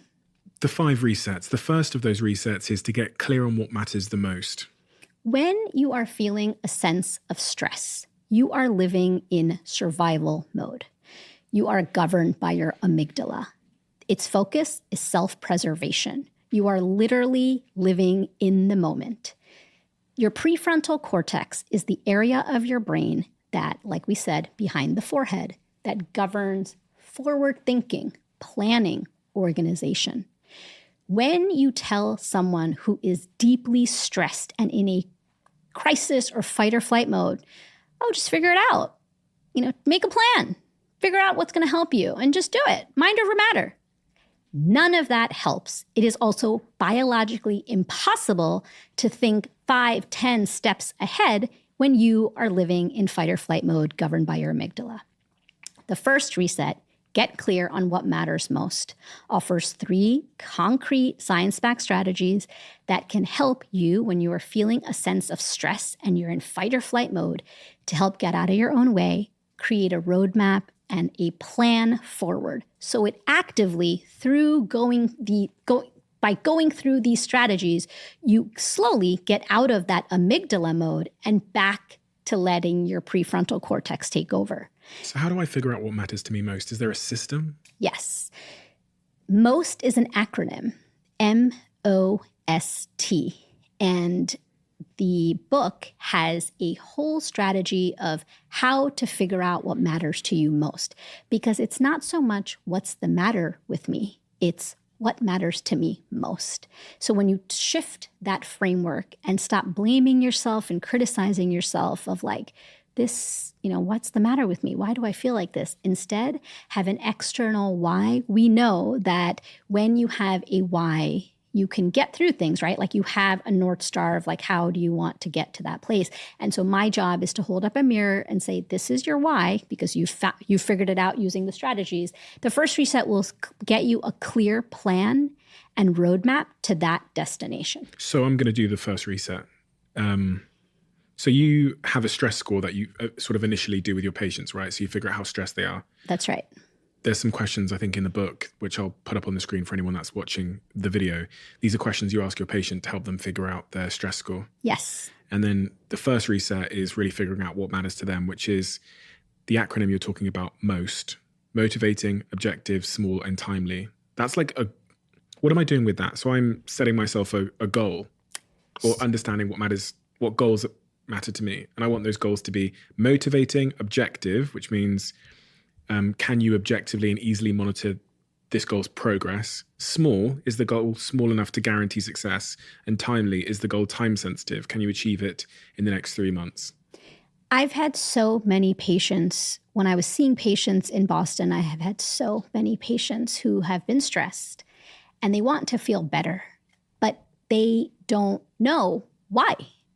Because they are consumed with what's the matter with me? What's the matter with me? Rather than what matters most to me. And so this is a way to reframe that internal dialogue and the conversation to what matters most to you. And so you figure out what your most goal is. And there are many examples throughout the book. The book is filled with patient stories, real life people who've had lots of different experiences. And there are examples of most goals. Some most goals have been, I want to teach my grandson how to throw a baseball. I want to go this summer on a hike and my knee's not hurt. How does that help me with my stress? Because you have something to look forward to. Okay. It takes me out of the present moment. And it also gives you something measurable. Stress can often feel like this vague, nebulous thing that's happening to us, right? But we need a metric to measure our progress. And the book is filled with metrics. And so the most goal is your first sort of like North Star of this is where you want to go. And then there are various other strategies throughout the book of like how to get there and what to measure. We do this with, we do this with blood pressure. We check to see like if you have high blood pressure. We check like, oh, your blood pressure is getting better with these interventions. But we don't do anything when it comes to stress. We just say like, are you feeling better? Yes or no. And stress is not a yes or no question. There are degrees and shades of stress in there. So you need a quantifiable metric to say, yes, my stress is getting better. Why? Because I wanted to walk 20 blocks. And guess what? I could walk 0 blocks when I started with you, but now I can walk 5 blocks. And that is good. So whatever that goal is for you of like you're feeling a lot of stress because you've had a medical issue or, whatever that most goal to you is, finding that goalpost to say like, okay, that's my destination and this is where I am today, and then finding a way to get there. In this team here, there's about 30 of us at the Diary of a CEO, and we have a group inside the company which is about exercise and fitness. And we do that because so many members of the team love to exercise. I mean, even the team here in New York City, they went out for a long run, all of them together. in the morning. And I think, we do that because we have goals for fitness and we like exercise, whatever else. What is the evidence that shows exercise helps with stress management? What is the research? Reams of research on exercise helping with stress. And the real misconception is that you have to do a lot of exercise to manage stress. And that is unequivocally false. Even a little bit of exercise can help because it gets you out of your head and into your body. A few minutes here and there can make all the difference. Park far away when you're driving someplace and you're going to a restaurant or you're going into a mall, a shopping center. Park far and walk if you can. Build it into your day throughout the day. Take the stairs if you can. It is just small incremental changes over the course of a day. Aim for 20-minute walk. It has lots of health benefits. It gets you out of your head into your body. It gets you into that daily habit of movement. Initially, when you are a sedentary person and a lifelong non-exerciser, going into the gym to exercise is like a complete deterrent. I remember as a medical resident, when I was going through my stress struggle, I had a state-of-the-art gym in my building. I remember being incredibly stressed and, I'm a doctor. I was like, oh yeah, exercise is good for me. I walked into the gym. I saw the mirrors. I saw all of the fancy equipment, the techno music blasting. I walked right out. I then started a walking regimen simply because it was nice out one day and I walked around the block. And then I was like, oh, that felt really nice. Next day, I walked around the block and then some. Did a 5-10 minute extra walk. And then the next day, it was manageable. It was a low lift. It was easy for me to do. It wasn't like all this complicated equipment. So I walked a little bit more and I just gradually moved up over the course of a week or two to 20 minutes. And then I committed to a 20-minute walk. Over time, my self-efficacy, which is that ability of you to know like, oh, I can do this, it increased. And that's what happens when you exercise and you do something like this, something small, a little bit every day. Your sense of self-efficacy increases. So you feel like, oh, I can do this. And your inner critic starts silencing. And People then I started walking. That, just the walkers, not the extreme exercises, just the walkers. You're telling me there's research that shows those people are less stressed in their lives and more resilient per se. It's not so much that walkers are less stressed. It's that movement, when you go from being sedentary to moving, that daily physical activity, even at low levels, can help decrease your stress. So it's not like Why and how? So many reasons. So the first reason is because something like walking is something that's a very natural phenomenon that all of us do. We don't really feel like walking. When we are feeling a sense of stress, you just want to be still. But science shows that, you've heard of the expression sitting is the new smoking. You've heard of that expression. Yeah. But a research study found that sitting can also increase your sense of anxiety. So it's not so much that sitting is the new smoking per se, yes, but it also has a tremendous impact on your actual mental health. And that movement is an antidote to that. So it's not necessary that you have to do excessive exercise, but even just a simple walk, getting out, low-grade exercise has been shown to help with longevity. It's been shown to help with so many markers of health, just a simple walk. And yes, your team, people like to run. I'm not saying that like you can continue running, but that's someone who is like a avid exerciser. And so they run. Some people walk. It doesn't really matter what you do. It's that you do something you enjoy a little bit every day. I want to talk about social media. And in your book, you use this term popcorn brain, which for a second, when I read what popcorn brain meant, started to think maybe I now have a popcorn brain. What is a popcorn brain? Most people have popcorn brain. Popcorn brain is a biological phenomenon, a real biological phenomenon coined by a man named Dr. Levy, a psychologist. And it is essentially your brain circuitry starting to pop based on overstimulation. So it's not like your brain is actually popping, but it's that sensation of popcorning because of spending too much time online. It is hard to disengage from what's happening online because there's a constant information stream, and it is difficult to live fully offline where life moves at a decidedly slower pace. Popcorn brain is an affliction that nearly every single person has right now. Think about what you do when you're waiting in line at the grocery store. You're not just like letting your brain wander, pondering things. You are on your phone. What are you doing at the bank? On your phone. At a car wash, at a traffic light, pedestrians walking across the street. They're not looking up at the light. In fact, it's like one of the hazards, a public health hazard of, pedestrians having near miss accidents because they're looking down on your phone. I see it in Boston all the time. A busy street and people are looking at their phone. Most people listening now will be like on a tube somewhere, on a train, on a plane, looking at their phone while they're listening to this, but we rarely give our brains a moment of rest. So popcorn brain is different. A lot of people will ask me, is popcorn brain internet addiction? No. Internet addiction is it's called internet addiction disorder. It's a DSM-4 criteria, and it means that's our diagnostic criteria in medicine. And it's a real disorder, but what really defines internet addiction and popcorn brain is that internet addiction interferes with your life where you're unable to do certain things. Popcorn brain, on the other hand, is ubiquitous. It's everywhere. It is what defines modern life. Those two are very different things. And when we are feeling a sense of stress, we are especially prone to popcorn brain. Why? Because when we feel stress, we talked about the amygdala, right? Like that part of our brain that is focused on survival and self-preservation. Back evolutionarily, when we were all cave people, there was a night watch person. And that person would sit by the fire, the tribe would sleep, and that person would scan for danger to keep the tribe safe. In modern times, we have all become that night watch person. And we scroll incessantly when we feel a sense of stress because it is our primal urge. It is the way our amygdala feels a sense of safety because we are scanning for danger. We are no longer in a tribe. We're not cave people anymore. So what do? We scroll. That is how we are scanning for danger, especially when we are feeling stressed.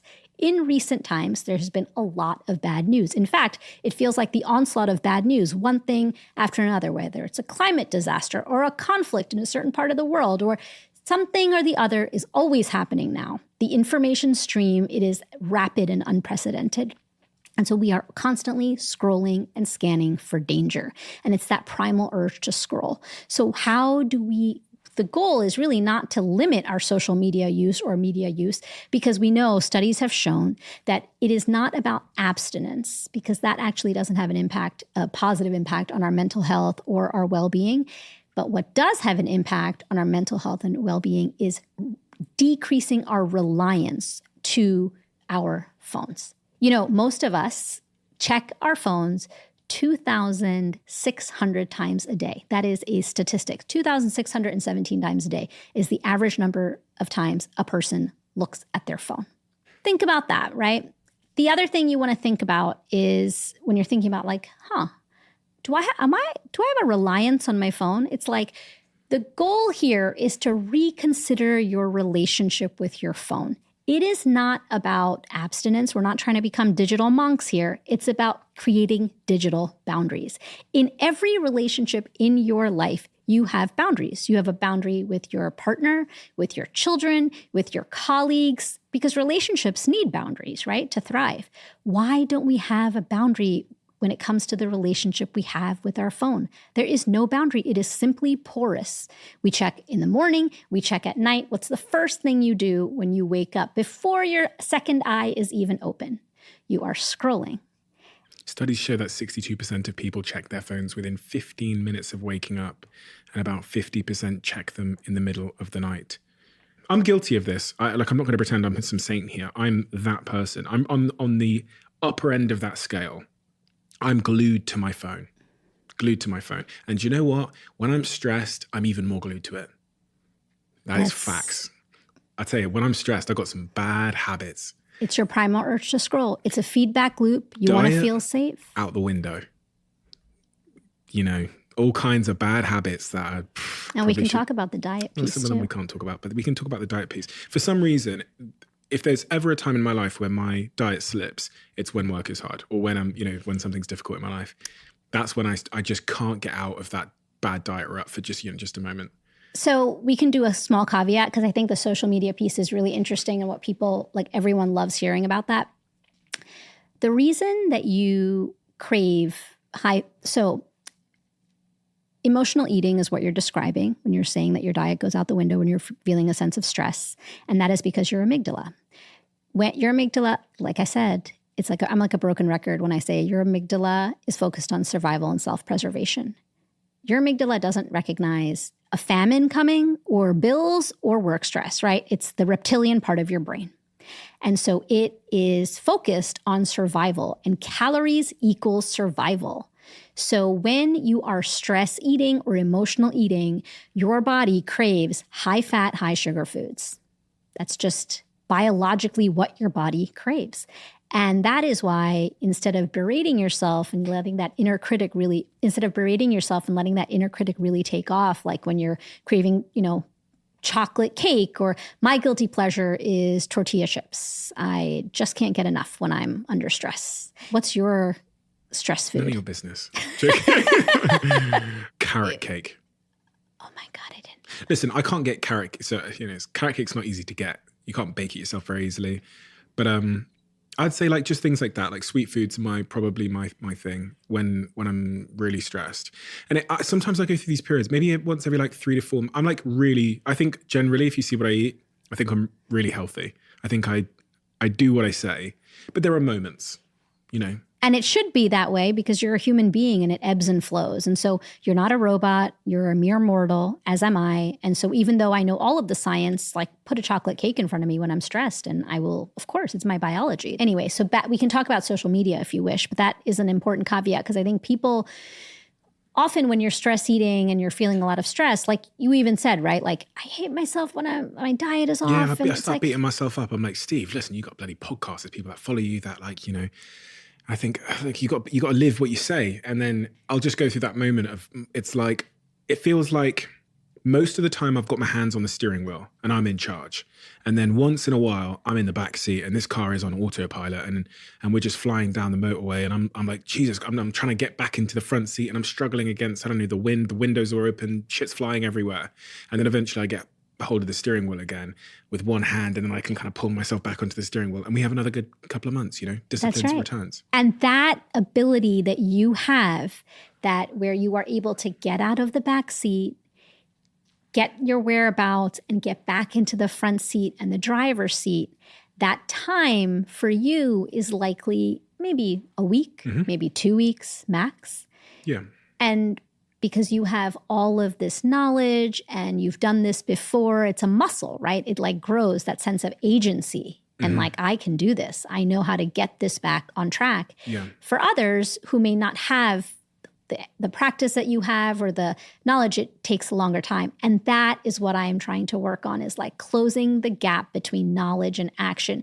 Understanding, by the way, that your brain, it takes 8 weeks to build a habit, and falling off the wagon is part of habit building. So how? How do we close that gap? There's going to be people listening to this now that have heard everything you've said. They want to implement better habits in their life to counteract the stress they're experiencing. They want to get away from that red velvet carrot cake, whatever. But they don't have that sense of agency, or they struggle to a more extreme extent. You don't have to have a sense of agency. In fact, my favorite patients have been the skeptical patients and people who are like, I don't believe any of this stuff. When you follow the 5 resets and the 15 science-backed strategies, your body, it's all based on the biology of stress. So when you start the process and you go through the first technique and the second technique, your brain and your body will just know what to do because you will be doing the work. It's all about the work of doing.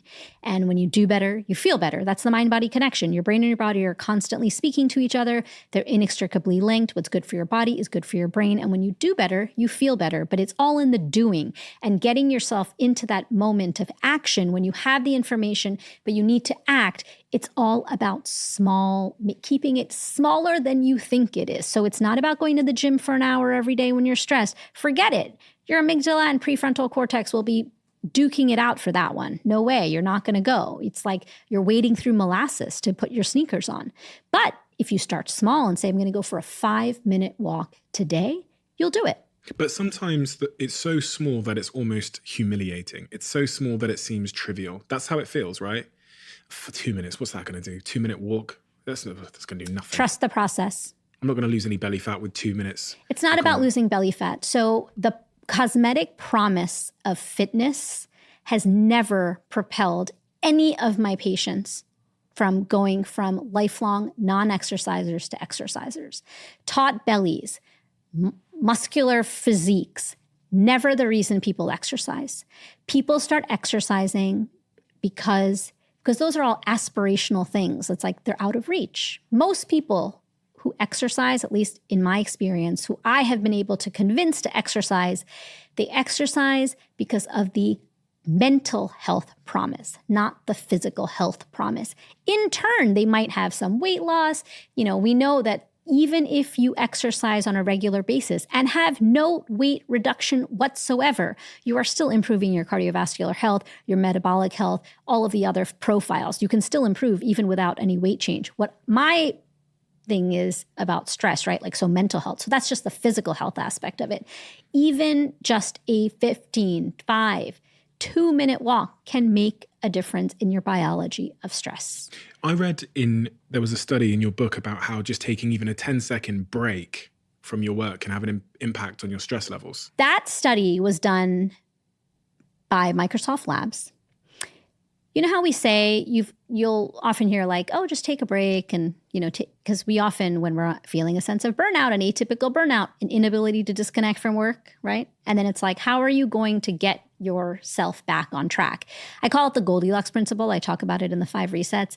Human productivity functions on a curve. It's not linear. It's not okay, I'm going to just keep being productive. There's actually a bell-shaped curve for stress, as there is a bell-shaped curve for human productivity.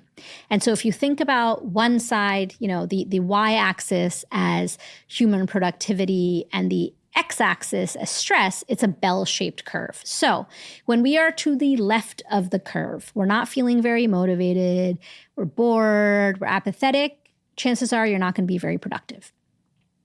When you are to the far right of the curve, you're highly stressed, you're anxious, many of us are feeling this way, you're not going to be very productive.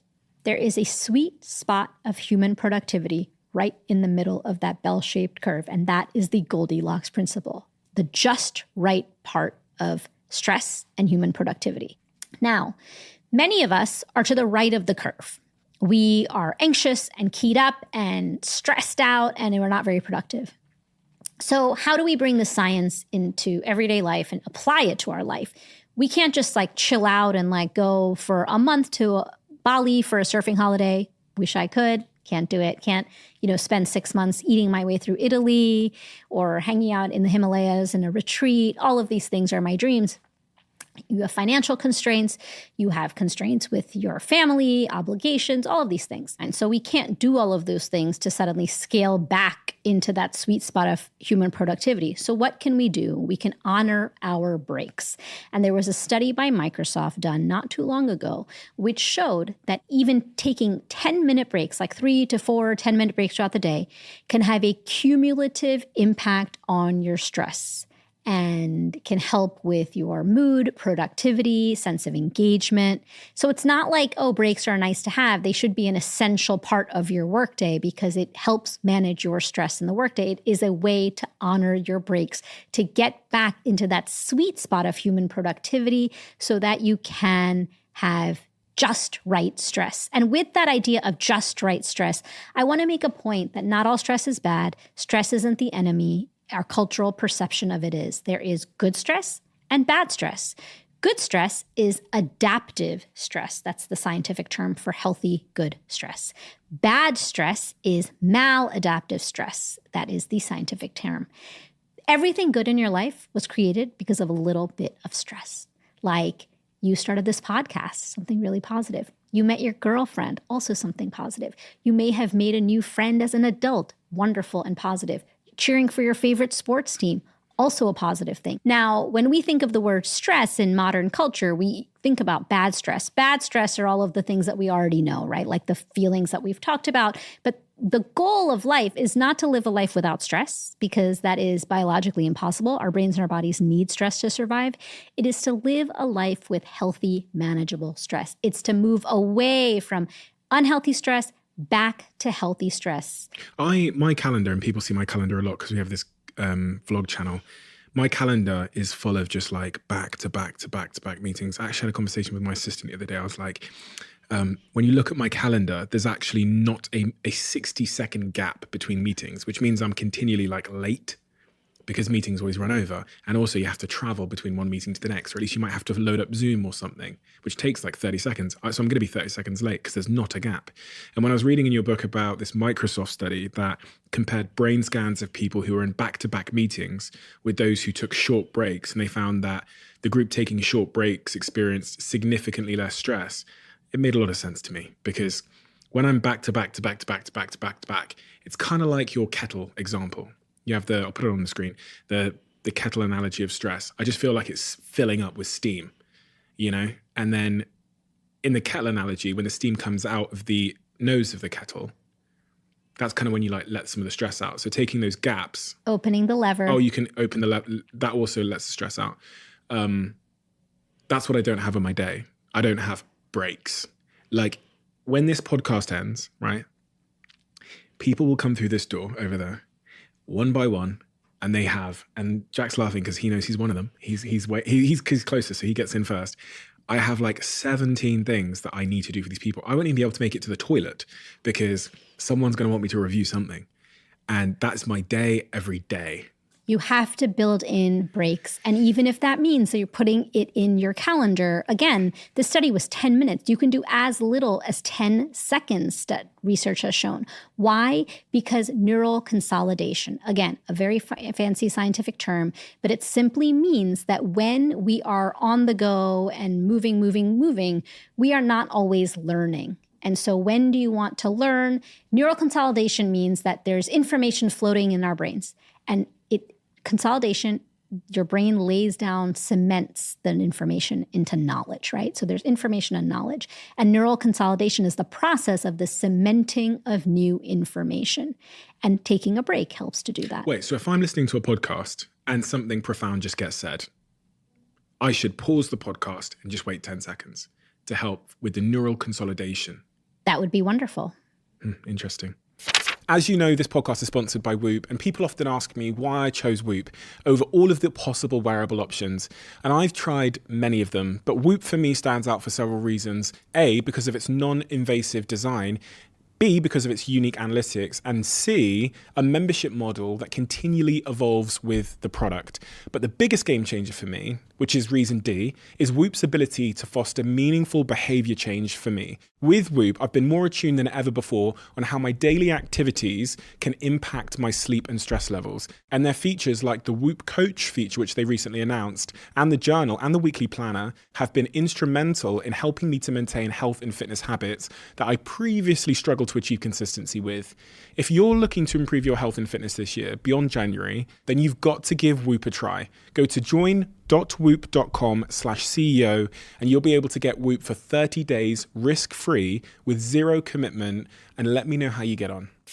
As you guys know, I'm a big fan of Huel. I'm an investor in the company and they sponsor this podcast. And what I've done for you, I put together what I call the Huel Steven Bundle, which is a selection of my favorite products from Huel, including the Black Edition salted caramel flavor, which is super high in protein and has 17 servings per container. Also comes with their ready to drink product, which is one of my all-time favorite products from Huel. The brand new and very exciting Huel Complete Nutrition Bars. This is chocolate caramel. You can see from the empty box in front of me that I've eaten most of them, right? Me and my team here.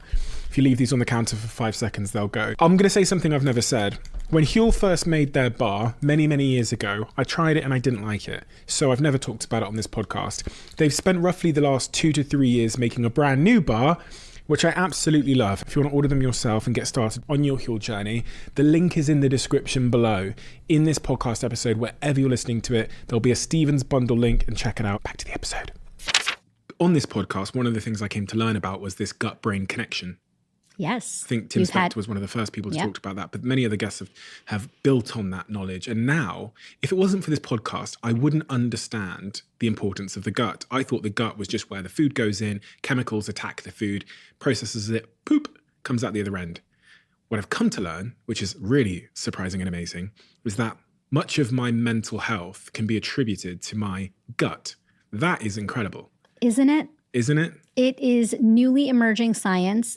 Honestly, every month we learn more and more about the gut-brain connection, the microbiome, which is an ecosystem of healthy bacteria that govern the gut-brain connection, and what you're speaking about specifically, an even newer entity called the psychobiome, which are a dedicated group of healthy bacteria in your gut whose sole function is to manage mood and other mental health. What? So the bacteria in my gut, first of all, I thought bacteria were bad. You know, people always say, get that bacteria off your hands, have some of this. But you're telling me there's bacteria in my gut. Trillions. Trillions of healthy bacteria and microbes living in your gut. And they are very active. It's an ecosystem. And they have many different roles besides digestion. We are learning, honestly, every month a new finding what the microbiome can do. It can help regulate blood glucose, the microbiome, and because we say it for the microbiome because we're talking about it as a one large entity, but what is actually the microbiome and what constitutes the microbiome is trillions and trillions of healthy bacteria, right? So, but when we use the word microbiome, we're saying it just because it's easier to say in parlance, like when we're talking. In your book, I learned about serotonin in the gut. Yes, 3 to 5 times more serotonin receptors in our gut than our brain. Now, when you think about serotonin, Stephen, like, of course, serotonin's a brain chemical, right? And yet... What does it do? Serotonin is like the happy hormone. For like mood and stress. Yeah, mood, stress. Like you know about this very popular class of drugs called SSRIs, selective serotonin reuptake inhibitors. They are used for anxiety and depression and lots of other mental health, conditions. And we always think of serotonin, we call it a neurotransmitter or a brain chemical, when in fact, we have more serotonin 3 to 5 times more in our guts than our brains, which just goes to prove how important the gut is. It's truly our second brain. So we can reset our stress by resetting our gut-brain connection? Yes. And how do I reset my gut-brain connection? Is this something that I have to eat or? So a lot of your microbiome and the health of your gut and your microbiome is governed in the same way of many things that we've talked about. So sleep, of course, yes, diet, exercise, stress reduction. There are many, many ways to help your microbiome thrive. But yes, food is also one way. So focusing on prebiotic and probiotic foods, there's many different avenues to that. Okay, so a question then. If I wanted to be, this is flipping the coin, if I wanted to be really, really stressed and really, really anxious, right? And I wanted maybe a bit throw in some depression. If I wanted stress and anxiety, how should I live? That's a great question. Get on your phone, make sure it's on high brightness, and scroll through every social media platform, every news platform, watch graphic content of videos of horrible, terrible things happening in the world at midnight. Keep doing that off and on until 4, 5 a.m. Your cortisol spike usually happens around 6 a.m., give or take for people. That cortisol spike is a natural thing that happens. It's part of your circadian rhythm. It's what prompts you to get up out of bed. Of course, make sure that you are, you check your phone right away, right when you get up out of bed and continue scrolling. This is a really fun exercise of what not to do rather than what to do. It doesn't always happen it won't be one day because you do have some reserves, but if you did this for 1 month, I would say, instead of 1 day. I'm going to do it for 1 month. Yeah, 30 days. 30-day plan to maximize anxiety and stress. No movement whatsoever. Just stay in bed. Stay in bed or sit, as sedentary as you can. Skimp on your sleep as much as you can. Yeah. In every possible way. Sleep late. Keep waking up throughout the night and make sure that you get as little sleep as possible for as long as possible. Don't spend time with anyone. Don't stay on your phone day and night, day and night, day and night. No movement. What else? Do I go outside? Okay, I can't go outside. No, you're just going to sit. Window? No, don't even be near natural light. Okay. Just sit in a chair if you can.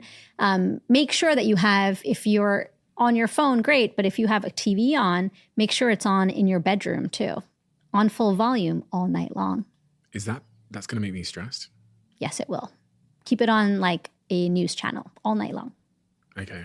So, we're joking about this, of course, but what I have experienced in my clinical practice is, we are of a younger generation where we engage on our phones, but many of the older generation, people in their 60s and 70s, many of my patients, in fact, were getting their news from their TV. And I've had so many patients over the years who have told me that they used to just watch TV, that 1 hour of news a day, then it morphed into 2 hours and 3 hours. And I've had patients who sleep with the TV on all night long. And they didn't start off that way, but it just happened that way. Again, talk about, it's not the primal urge to scroll, so to speak, because they're not scrolling on a phone, but it's that night watchman phenomenon. And so they are watching the news all night long. They're not sleeping. They're, really in bad shape. And so moving the TV out of the bedroom is one of the first interventions that I suggest to patients like that. I'm hungry. What do I do? Eat at all hours of the day and night. Don't even think about it. The more processed food, the better. Don't even read anything about the Mediterranean diet. No fruits and vegetables. I wasn't planning reading. No water. Lots of other beverages besides water. More additives, the better. And no regular meal times. Erratic food, lots of it. What's that got to do with stress? Erratic meal times? Well, just because our brains like compartmentalization and structure. And so when you have a sense of structure throughout your day, it helps you plan better. It helps get out of the fight or flight mode and, creates a little bit more of a balance. And that's really the main reason. What about multitasking? You say in the book, multitasking is a myth. I think that I multitask sometimes. 98%, 100% of people think they are excellent multitaskers, but in fact, the science shows that only 2% of human brains can effectively multitask. Multitasking is a scientific misnomer. There is no such thing. When we multitask, what we are actually doing is task switching, doing two different tasks in rapid succession. The opposite of multitasking is monotasking. And the reason we want to monotask is because multitasking, task switching, has been shown to decrease and weaken our prefrontal cortex. It decreases our ability to solve complex problems. It impacts our concentration, mood, engagement, and a whole host of other things. At this time in our lives, in the world and the state of the world as it is, we cannot afford to multitask because the world is filled with complex problems that need to be solved. Instead, monotask. One common question I get when I suggest monotasking is, how am I going to get everything done? I need to multitask. You don't need to multitask. It's a myth. You're actually not multitasking. You're doing task switching, which is detrimental to your brain and your prefrontal cortex. So the antidote to multitasking is monotasking. And the way you do monotasking is time blocking. In fact, I wrote the 5 resets doing time blocking. It's the technique that I use for everything that I work on. I started doing it in medical school because I had to consume vast amounts of information. And how did I do that? So what I would do is, what is time blocking? It's the Pomodoro technique. You may have heard of it. It was developed in the 1980s. Pomodoro means tomato. And an Italian researcher developed this technique and used a tomato-shaped timer, which is why it's called the Pomodoro technique. And it's essentially time blocking. So you set a timer for, say, 30 minutes, or initially when you first start off, 20 minutes, 25 minutes. And then you do whatever task you're doing, one task, and then you take a 5-minute break. Then you come back and you do another 25-minute section of work, the next task, and then you take a 5-minute break, 25-minute, 5-minute break, 25-minute, 5-minute break. So at the end of like an hour, hour and a half, you have completed all of your tasks, but you have been monotasking, not task switching. So you're protecting your prefrontal cortex, strengthening your prefrontal cortex, and not decreasing or making it difficult with attention, memory, concentration, etc. That multitasking Does multitasking make you more stressed then? Multitasking makes you more stressed, yes, because it decreases your sense of self-efficacy, because most people aren't good at multitasking. So then at the end, you haven't really completed, you've done a lot of different things, your attention is all over the place, you're on your Slack channel, you're trying to do 5 different tasks at once, you're not doing any of them well. So at the end of that hour and a half, where you could have been monotasking using the time blocking technique, you don't feel that sense of accomplishment or completion. We know that when we feel that sense of accomplishment and completion, we are just feeling less stressed because you have a greater sense of agency, saying like, oh, I can do this. It's like that same feeling of getting out of the back seat, going into the driver's seat. What prompts that? It's like, yes, I have the ability to get out of the back seat and go into the driver's seat.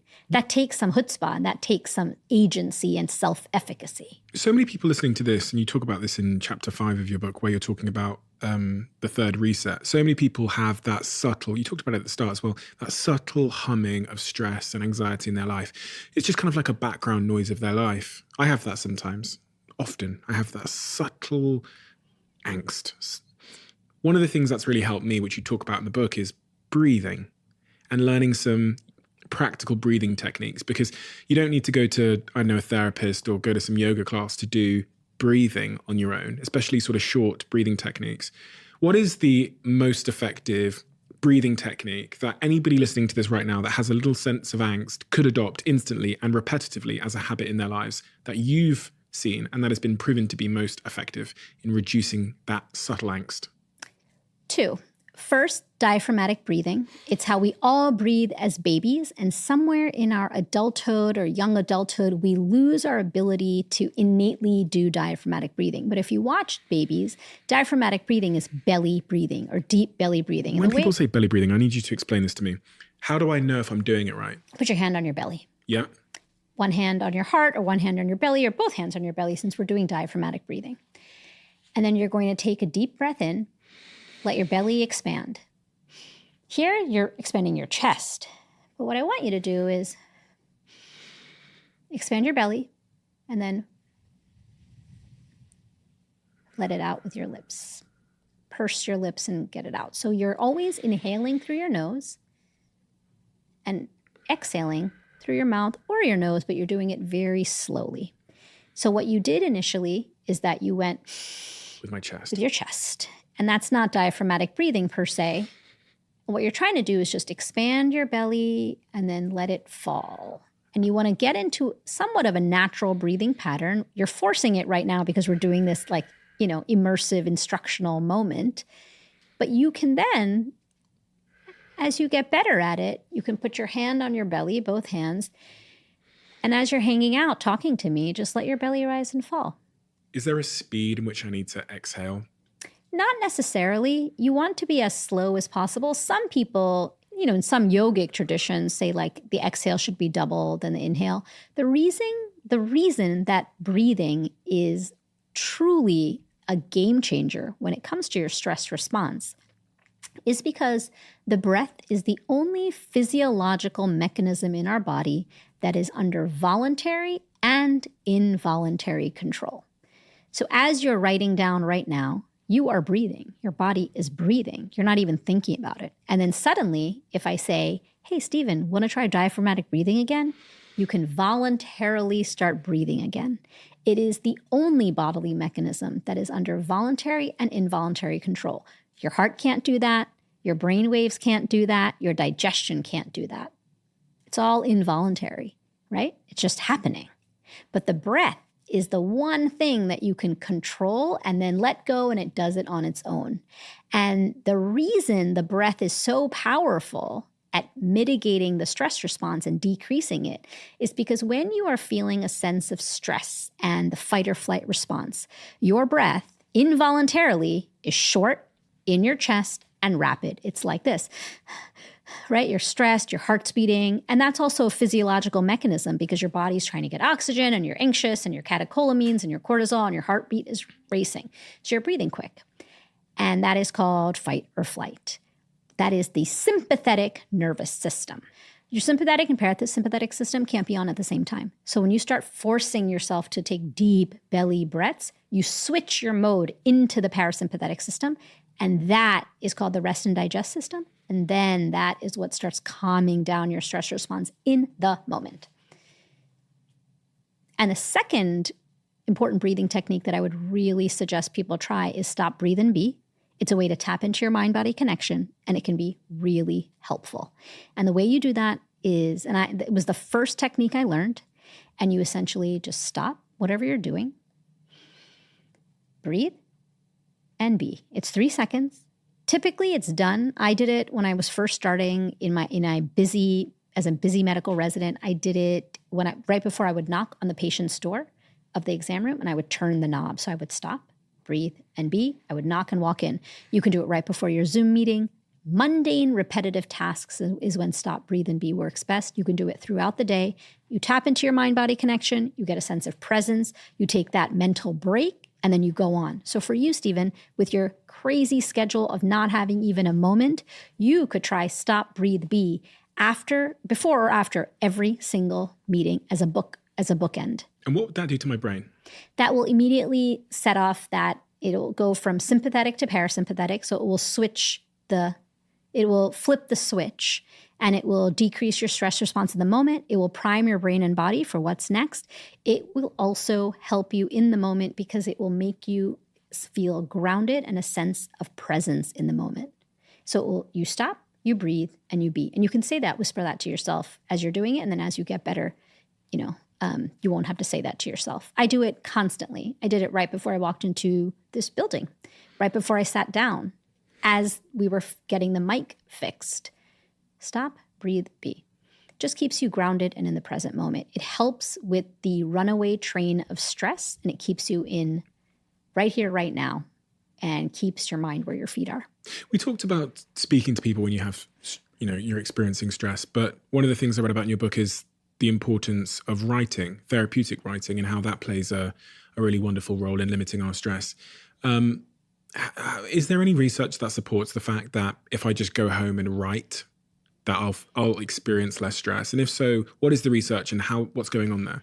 Yes, there's plenty of research. A wonderful researcher, psychologist named James Pennebaker from the University of Vanderbilt developed a technique called expressive writing, also known as therapeutic writing.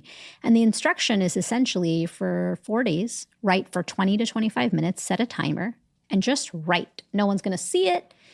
Just write about a traumatic event that happened to you.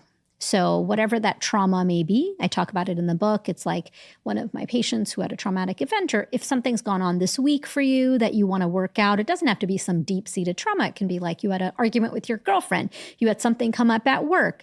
You were stressed about a project, or you're getting into an argument with your parent or your child or whatever it may be. You just set a timer on your phone if you wish, or a old-fashioned alarm clock, or your oven if you don't want to use your phone. Set a timer for 20 minutes or 25 minutes. Sit down with a piece of paper and a pen and just start writing about the event. And then when the timer ends, you stop. And then the next day you do it again. 4 consecutive days, you might notice an uptick in your distress on day 2 or day 3, and then it will just decrease. That therapeutic writing has been shown to be effective for so many things. It can be helpful for your mood and sleep and anxiety and irritability. It's been shown to be helpful in studies to increase your GPA, to decrease hospital admissions. It's wild what therapeutic writing has been shown to do. It's called expressive writing. And what's going on there in the brain? What's going on in the body? What's making it's so therapeutic? I think one of the things that is happening is that you had mentioned this earlier. I think one of the things that's happening is likely cognitive reframing. So first, you are on day 1, and I've done this many, many times. I practice therapeutic writing on a regular basis. On day 1, as you're writing, it's your amygdala speaking, right? It's like your self-preservation and survival and your inner critic, and you're like blasting whatever issue is happening. And then as you go through day 2, 3, and 4, I think you're creating a safe space. You're processing a lot of your emotions. It's very important to process a lot of your emotions, and you're not keeping them stuck. You're, expressing yourself. And then I think you're coming to your own conclusions. So there's probably many, many things, active things that are happening in your brain. You are moving away from amygdala to prefrontal cortex because you're thinking, strategizing, organizing your ideas. You're expressing yourself. We know that writing and just, journaling is also very helpful. Why? Because it is a way to express yourself and let these nebulous ideas become concrete words and thoughts and feelings. And then I think there's an element of self-efficacy and a sense of agency happening too, because you are solving your own issue or figuring out a new angle, a new perspective, and you're looking at yourself, hopefully by the end, through a lens of self-compassion, which is also something that happens. It made me think that, it explains why if I send a message or an email when I'm stressed, it's never a good message. I always regret it. Like when you're having an argument with somebody, or like, you might be with your girlfriend or your boyfriend and they've triggered you in some way. Maybe you're tired and then you start responding. Very bad time to send messages. Very bad time to send anything. Just stressed people are going to send the worst emails, aren't they? Because the amygdala is writing the email. That's right. Take a beat. Do it the next day. That's why they say sleep on it, right? Sleep on it. If it's a good idea today, it'll be a better idea tomorrow. Interesting. I wanted to talk to you about this last thing, which is live a lifetime in a day. I've never heard this before, but you say this technique is the antidote to hustle culture. Often, when you hear the term live a lifetime in a day, it sounds like hustle culture. It's like cram it all in a day, make it all count. No, it's the antidote. When we are going through life on autopilot and we are doing a million things, we often go to bed at night and we're like, what did we just do? What was the point of all of that, right? Like human beings are meaning-seeking, purpose-driven creatures. And live a lifetime in a day is my universal prescription to patience. It is helpful when you have 70 years to live. It's helpful when you have 7 days to live. And what it essentially means is that there are 6 areas of what make up the arc of a long and meaningful life. And the prescription is to bring those 6 areas into one day, even for a minute or two. So when your head hits the pillow at night, you have a sense of fulfillment, of meaning, of purpose. The 6 elements of live a lifetime in a day are childhood. Spend a few minutes every day in a sense of wonder and play, whatever that may mean to you. Work. For most of us, it's hours, so that's easy, right? Like doing something, whether it's paid or unpaid, that gives you a sense of meaning and accomplishment. Solitude. Spend some time alone to reflect and really think about. We know that spending time alone is helpful for our mental health and well-being, also for creativity. Vacation, that's an easy one. Spend time, even if it's a few minutes a day, doing something you love. And the example of that is the most common that I've seen with patients is people love playing a musical instrument, let's say the guitar. And this is one particular patient I'm thinking about. And she loved playing the guitar. And I asked her, when was the last time you played the guitar? And she said, oh my God, it's been like 6 months. And I have 3 guitars at home. And I said, why? She said, because I have 3 kids and I have lots of stress and I have a job and my husband. I said, well, what about just like 2 minutes every day?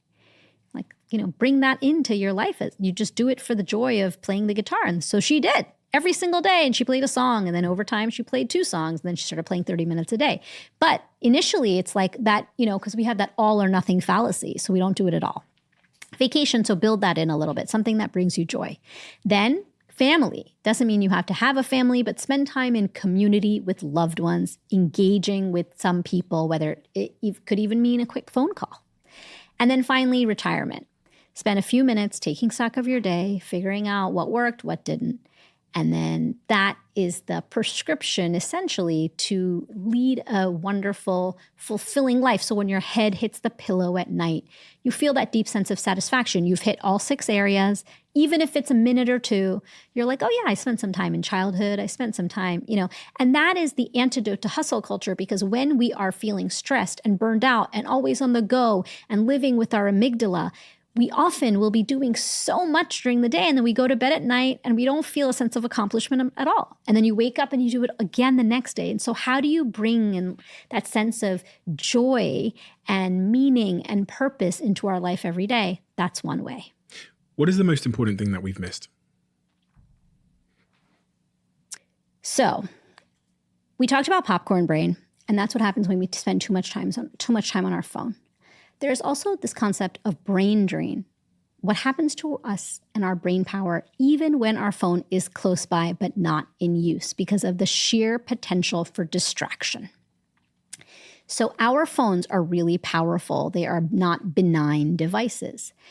One antidote to popcorn brain and to brain drain is a media diet. And there are really 3 ways that you can instill this media diet into your life to help with your primal urge to scroll. The first is time limits, 20 minutes a day, and set a timer if you have to for engaging and consuming bad news. The second is geographical limits during the day. Keep your phone 10 feet away from your workstation if you can, out of reach, out of arm's reach, and at night off your nightstand.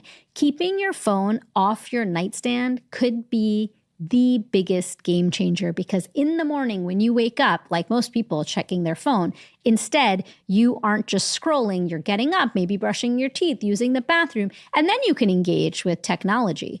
But that one small shift could be key. And the third is to set some logistical limits. So creating some sort of boundary in a digital boundary could make all of the difference in your relationship with your phone, thereby improving your stress and mental health. There's a lot going on in the world right now. There's a lot of bad news. There is wars. In the whole sort of 2 decades that I've been on the internet, social media, I have never lived through a moment, maybe the pandemic was somewhat similar, but I think this is maybe even more extreme, where I go on my Instagram and I see videos and photos of dead babies not that far away from where we are in Europe relatively.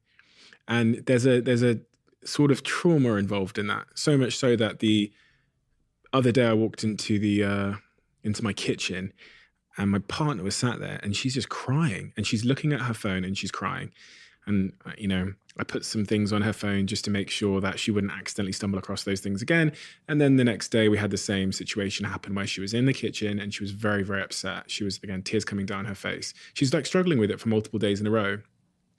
And it just made me think that's an extreme example, but yeah, it's not an extreme example. I had the same thing happen to me. I know all the science, and yet I was also weeping. And I think many people are feeling exactly like your girlfriend.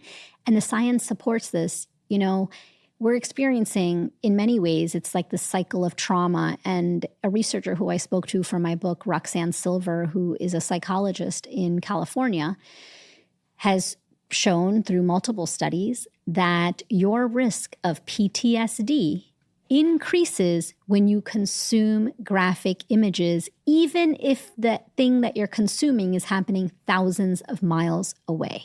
Like the war. Like any conflict, any climate disaster, anything. If you start consuming graphic images and videos, you increase your risk of PTSD, your own personal risk, even though you have not had any direct trauma, because it's indirect trauma that you're seeing. And so it's a cycle. The more videos you consume or the more graphic content you consume, your amygdala gets fired, your primal urge to scroll starts going haywire, and then you scroll some more, and then you scroll some more because you don't feel safe. So this is a common occurrence. It is not uncommon. It is your biology working as it should, because it is your biology of stress. And clickbait and doom scrolling are both powered by the same biology that governs the fight or flight response. And there is actual data to show that it increases your risk of PTSD and increases your risk of getting mental health conditions later in life. So years later. When I think about all the things that are going on in the world, I'm conflicted, right? Because you can't ignore those things, but at the same time, those things are giving you PTSD. That's right. Well, the key is, and I work in journalism, I'm a medical correspondent, it's not about censorship. Being an informed citizen is critical at all times, especially now. You have to be an informed citizen, but you have to create some digital boundaries so you're protecting your sanity and protecting your mental health. There are also other ways that you can get involved by supporting various causes and donating and taking action. We know that that is also very helpful, but you want to limit your engagement with graphic content. You can also limit your engagement with looking at videos and looking at images and instead read about it, right? Like follow certain accounts that you trust and read about what's happening in the world. It is not about censorship, because the news and journalism, and I am speaking from the perspective of being a journalist or correspondent It's vital. It's vital to democracy. It's vital to functioning society. But there has to be a line between being an informed citizen and protecting our mental health and our sanity. And understanding that if you are having difficulty sleeping, if you notice any alarm signs like mood disorders, if you're having an uptick in anxiety, depressive thoughts, thoughts of hurting yourself, hurting others, that you should seek counseling and seek medical attention, because these are not benign thoughts like it's very easy to say, oh, but it's happening far away. I shouldn't be feeling like this. Don't should yourself, right? Instead, seek the help, because this data shows that you are at risk if you are over-consuming. There is a fine line between consuming and over-consuming the news at any time, especially now, but really at any time. You wanted to show me something on the paper? I wanted to talk to you a little bit about this idea of we are all hyper-connected. We've already talked about all of the data about, we touch our screens, our phones, 2,617 times a day. We, think about like how many times we breathe in an hour. It's 960 breaths that we take an hour. And some people are touching their phones like that much. And if you want to check your reliance on your phone, it's very easy to check. You just keep your phone far away for 3 or 4 hours and take a piece of paper and do a tick mark every time, like a tally, every time you feel like you want to check your phone and see what that impulse is. And you'll be shocked at how often you're checking your phone. I want to kind of talk a little bit about this idea of hyper-connected, and that we are all hyper-connected, but we are disconnected. And I write about this in the 5 Resets. The loneliness epidemic, it's really a pandemic. Globally, loneliness levels are higher than they have been in years. And one statistic, 330 million people globally go 2 weeks before speaking with anyone, family, friends, anyone. Loneliness is something that is a real concern, because we know that when we are not spending time with people and we feel a sense of loneliness, and that's different than being alone, by the way. When you are feeling a sense of loneliness, it actually has a health outcome.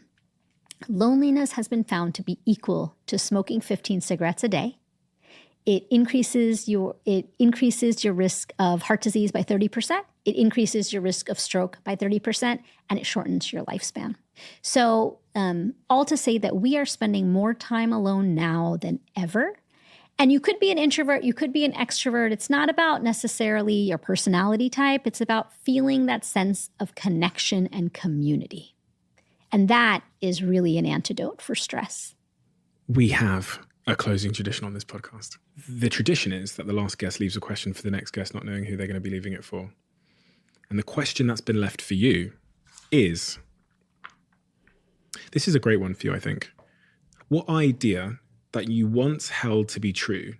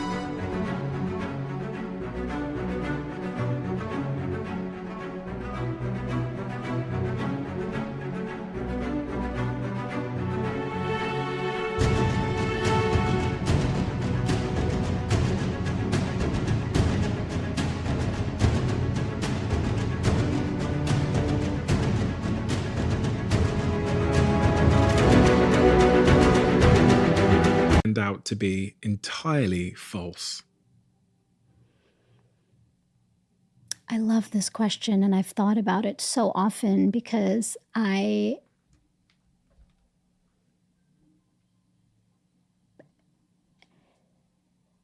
one idea that I used to think was true is that people's internal experience and external presentation match up. So if you see someone who's really confident and put together, it's because inside they feel confident and put together. And through my own lived experience as just a human in this world, as a doctor treating patients, as a speaker speaking to tens of thousands of people, I so deeply know that that is not true, that people will often look a certain way and look put together and confident and happy and smiling, but they are struggling inside.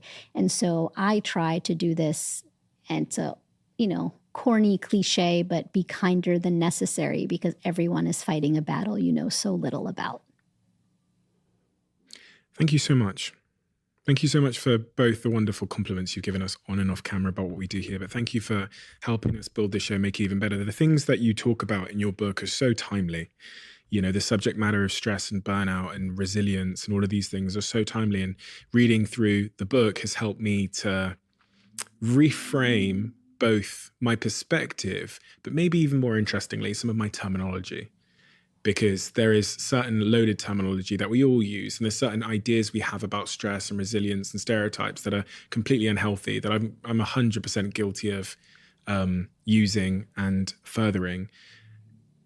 You're also a wonderful communicator. I think the way that you approach this subject matter is through a very empathetic lens, and you're able, I think, to bring both sides of the conversation and the argument per se with you. And when I say both sides of the argument, I mean the people on the one side who think that all stress is great and that, the hustle culture side, but also the other side that think we should never do anything that's stressful whatsoever. There's a nuanced middle ground which you approach so articulately based on science and the work that you've done for the entirety of your life. And it's such important work. It's increasingly more important work. And hopefully more of us can realize that chronic stress is not natural. It's not to be glamorized per se, and it is not a sign of success. And really, there's something else we should be aiming at in our lives, which will get us closer to the happiness, fulfillment, connection that we're all seeking. And that's what your book endeavors to do and does so well. So thank you for being here today, and thank you for the wisdom and the gems that you've given me, because I'm sure it'll change my life and nudge me in a better direction. Thank you so much, Stephen. Like I told you before, I am a fan. And you're such a great interviewer. And this is testament. Like, you're reading back the book to me, and it just is, it is so beautiful. And you really get at the heart. I think what you do so well, and I've noticed this when you are doing your interviews, is that you really get to the heart of the person's work that you're talking about, but you also get to the heart of who the person is. And I really admire that, because ultimately, while we all do our work, we are humans doing this work. We are mere mortals of flesh and blood.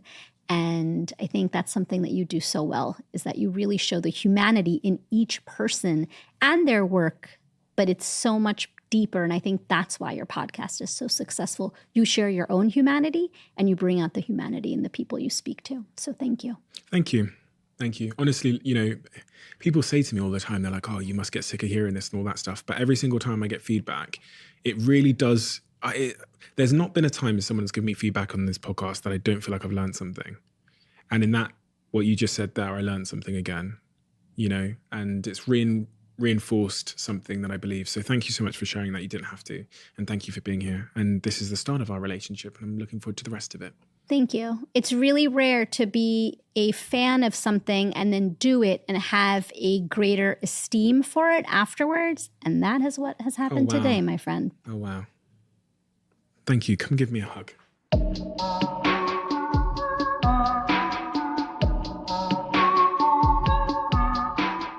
Quick one. As you might know, a company that I've invested in is now also a sponsor of this podcast, and they're called Zoe. And I'm coming to you today with a warning. It is January, and it's all of those diet companies' favorite month of the year. And that means that you're about to hear a lot of jargon and words across all types of media when it comes to diet culture.